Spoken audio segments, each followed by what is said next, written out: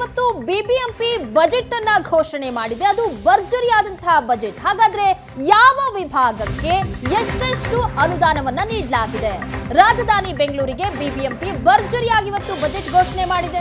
2024-25ರ ಅವಧಿಗೆ ಬಿಬಿಎಂಪಿ ಬೃಹತ್ ಗಾತ್ರದ ಬಜೆಟ್ ಮಂಡನೆ ಮಾಡಲಾಗಿದೆ. ಬೆಂಗಳೂರು ಜನತೆಗೆ 12,369 ಕೋಟಿ ಮೊತ್ತದ ಬೃಹತ್ ಬಜೆಟ್ ಗಿಫ್ಟ್ ನೀಡಲಾಗಿದೆ.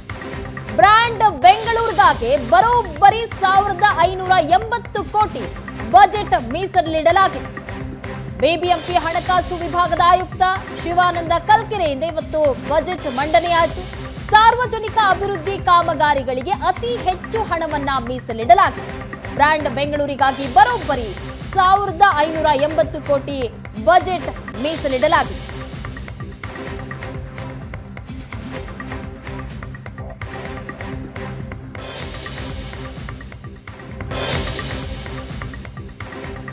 ಇನ್ನು ಬ್ರ್ಯಾಂಡ್ ಬೆಂಗಳೂರು ಪರಿಕಲ್ಪನೆಯ ಅಡಿಯಲ್ಲಿಯೇ ಇವತ್ತು ಬಜೆಟ್ ಅನ್ನ ಮಂಡನೆ ಮಾಡಿತು ಬಿಬಿಎಂಪಿ.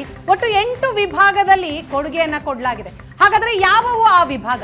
1 ಸುಗಮ ಸಂಚಾರ, 2ನೇದು ಸ್ವಚ್ಛ ಬೆಂಗಳೂರು, ಇನ್ನು 3ನೆಯ ವಿಭಾಗ ಅದು ಹಸಿರು ಬೆಂಗಳೂರು, 4 ಆರೋಗ್ಯಕರ ಬೆಂಗಳೂರು, 5ನೆಯ ವಿಭಾಗ ಶಿಕ್ಷಣ ಬೆಂಗಳೂರು, 6 ಟೆಕ್ ಬೆಂಗಳೂರು, 7 ವೈಬ್ರೆಂಟ್ ಬೆಂಗಳೂರು ಹಾಗೂ 8 ನೀರಿನ ಭದ್ರತೆಯ ಬೆಂಗಳೂರು. ಈ ರೀತಿ ಒಟ್ಟು 8 ವಿಭಾಗದಲ್ಲಿ ಇವತ್ತು ಬಿಬಿಎಂಪಿ ಬಜೆಟ್ನಲ್ಲಿ ಕೊಡುಗೆಗಳನ್ನು ಕೊಡಲಾಗಿದೆ. ಬ್ರ್ಯಾಂಡ್ ಬೆಂಗಳೂರು ಎನ್ನುವ ಪರಿಕಲ್ಪನೆಯ ಅಡಿಯಲ್ಲಿಯೇ ಬಜೆಟ್ ಮಂಡಿಸಲಾಯಿತು.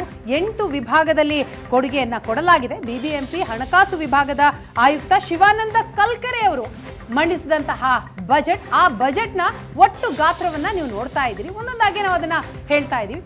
ಬಜೆಟ್ನ ಗಾತ್ರ ಒಟ್ಟು 12,369 ಕೋಟಿ ರೂಪಾಯಿ.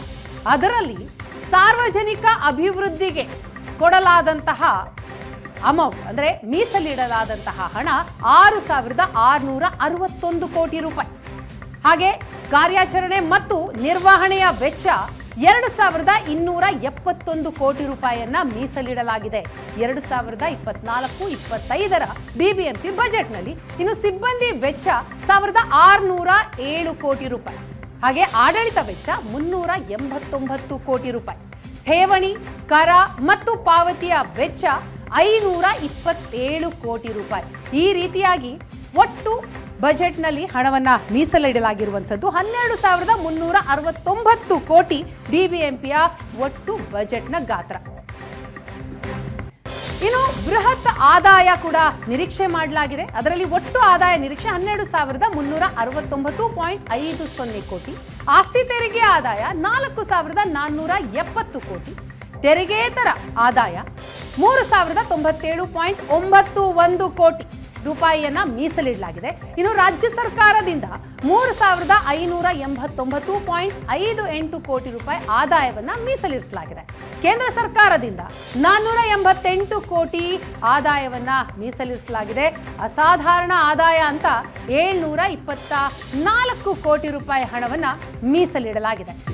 ಇವತ್ತು ಬಿಬಿಎಂಪಿಯ ಬಜೆಟ್ ಘೋಷಣೆ ಮಾಡಲಾಗಿದೆ. ಭರ್ಜರಿಯಾದಂತಹ ಕೊಡುಗೆಯನ್ನ ನೀಡಲಾಗಿದೆ. ಹಾಗಾದ್ರೆ ಬ್ರ್ಯಾಂಡ್ ಬೆಂಗಳೂರಿಗೆ ಏನೇನೆಲ್ಲ ಸಿಕ್ಕಿದೆ, ಸುಗಮ ಸಂಚಾರಕ್ಕೆ ಕೊಡುಗೆಗಳನ್ನ ಏನೆಲ್ಲ ನೀಡಿದ್ದಾರೆ ಅನ್ನೋದನ್ನ ನೋಡ್ತಾ ಹೋಗೋದಾದ್ರೆ, ಬೆಂಗಳೂರು ನಗರದ ಸಮಗ್ರ ಸಂಚಾರ ಯೋಜನೆಯನ್ನ ಜಾರಿ ಮಾಡಲಾಗಿದೆ. 2 ಮಾರ್ಗದಲ್ಲಿ 200 ಕೋಟಿ ವೆಚ್ಚದಲ್ಲಿ ಸುರಂಗ ಮಾರ್ಗ, ಜೊತೆಗೆ ಕನಕಪುರ ರಸ್ತೆ, ಬನ್ನೇರ್ಘಟ್ಟ ರಸ್ತೆ ಅಗಲೀಕರಣ, ಹೆಣ್ಣೂರಿನಿಂದ ಬಾಗಲೂರು ರಸ್ತೆಯನ್ನ ಅಗಲೀಕರಣ ಮಾಡಲಾಗುತ್ತೆ. ಸಾದಹಳ್ಳಿ ಗೇಟ್ ಮೂಲಕ ವಿಮಾನ ನಿಲ್ದಾಣಕ್ಕೆ ಸಂಪರ್ಕವನ್ನ ಕಲ್ಪಿಸಲಾಗುತ್ತೆ. ಇದೆಲ್ಲವೂ ಸಹ ಇವತ್ತಿನ ಬಜೆಟ್ನಲ್ಲಿ ಘೋಷಣೆ ಆಗಿರೋದು. ರಾಜಕಾಲುವೆ ಬಫರ್ ಝೋನ್ನಲ್ಲಿ ರಸ್ತೆಯ ನಿರ್ಮಾಣ ಮಾಡೋದು, ಬಫರ್ ಝೋನ್ನಲ್ಲಿ ಲಘು ವಾಹನ, ಸೈಕಲ್ ಪಥ ನಿರ್ಮಾಣ, 300 ಕಿಲೋಮೀಟರ್ ರಸ್ತೆ ಅಭಿವೃದ್ಧಿಗೆ 600 ಕೋಟಿ ಹಣವನ್ನ ಮೀಸಲಿಡಲಾಗಿದೆ.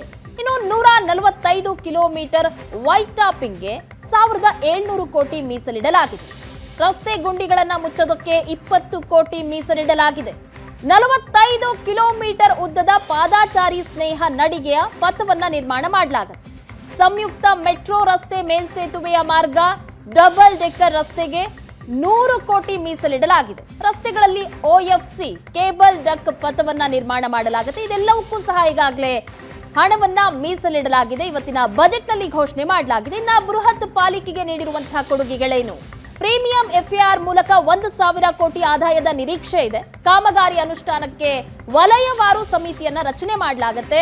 ಪಾಲಿಕೆ ಖಾಲಿ ಹುದ್ದೆ ನೇರ ನೇಮಕಾತಿ ಮಾಡೋದಕ್ಕೆ ಕಾಯ್ದೆಯಲ್ಲಿ ತಿದ್ದುಪಡಿಯನ್ನ ತರಲಾಗುತ್ತೆ. ಸರ್ಕಾರದ ಕಾರ್ಯದರ್ಶಿ ಮಟ್ಟದ ಸಮಿತಿ ರಚನೆಗೆ ಪ್ರಸ್ತಾವನೆಯನ್ನ ನೀಡಲಾಗಿದೆ. 16,000 ಪೌರ ಕಾರ್ಮಿಕರ ನೇರವಾಗಿ ನೇಮಕಾತಿ ಮಾಡಲಾಗುತ್ತೆ.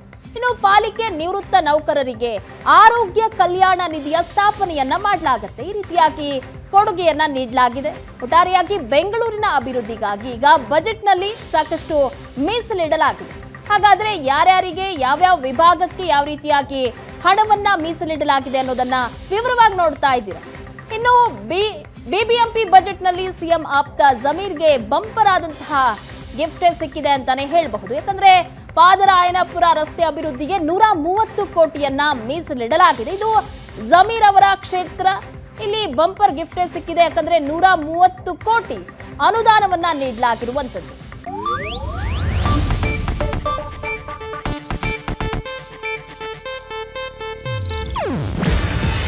ಇದು ಏಷ್ಯಾನೆಟ್ ನ್ಯೂಸ್ ನೆಟ್ವರ್ಕ್ ಪ್ರಸ್ತುತಿ. ನೀವು ನೋಡ್ತಿದ್ದೀರಾ ಏಷ್ಯಾನೆಟ್ ಸುವರ್ಣ ನ್ಯೂಸ್.